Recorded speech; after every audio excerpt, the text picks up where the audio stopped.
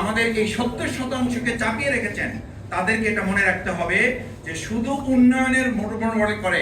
আমি এই জায়গায় বলেছিলাম, শেখ হাসিনার সময় আমরা শুধু শুনেছি উন্নয়ন উন্নয়ন উন্নয়ন, নির্বাচন লাগবে না।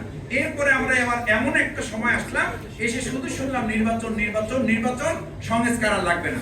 এরপরে এখন এসে আবার নতুন করে দেখতেছি উন্নয়ন উন্নয়ন উন্নয়ন, সংস্কার বলে আর কোনো কিছু দরকার নাই, শুধু উন্নয়নের কথা বলে এখন মিডিয়া এবং জনগণকে একটা হাইপ দিয়ে আমাদেরকে সামনে এগিয়ে নেওয়া হচ্ছে।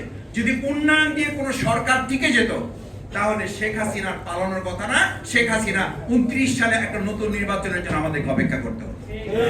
কিন্তু সেটা তো আমরা করি নাই, এদেশে জনগণ তো তা করে নাই।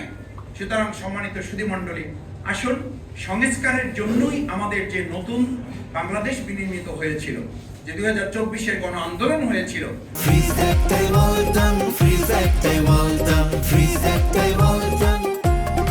সেই আন্দোলনে গণমাধ্যমে একটা স্লোগান তো ছিল, তুমি কি আমি কে, মিডিয়া মিডিয়া। গোটা জাতি যখন একটা মিডিয়ায় পরিণত হয়েছিল, সেই জাতিকে মাইক বন্ধ করে প্রশ্ন আটকানো যাবে না। সমালোচনা যখন হয়, গণমাধ্যমের স্বাধীনতা আছে কিনা এটা বোঝার জন্য স্তুতিমূলক অর্থাৎ প্রশংসামূলক নিউজ দেখে বোঝা যাবে না, বোঝা যাবে সমালোচনা হওয়ার পরটা সেটা সহ্য করার ক্ষমতা ওই রাষ্ট্র এবং সরকারের আছে কিনা।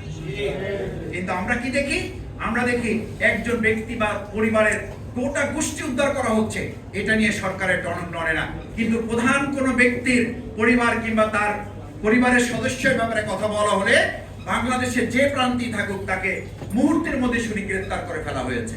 ওনার সম্মান মর্যাদা যদি থাকে, বাংলাদেশের খেতমজুর একজন রিকশাওয়ালা শ্রমিক, তার সম্মান হানি হলেও একইভাবে পদক্ষেপ নিতে না পারলে বুঝতে হবে গণমাধ্যমের স্বাধীনতা পরের কথা, গণমাধ্যমকে ইতিমধ্যে গলা টিপে হত্যা করা হয়েছে। আসুন সেরকম একটা গণমাধ্যমের স্বাধীনতার জন্য আমরা কাজ করি, সেই প্রত্যাশা ব্যক্ত করে সুধী মণ্ডলী যারা এসেছেন তাদেরকে ধন্যবাদ।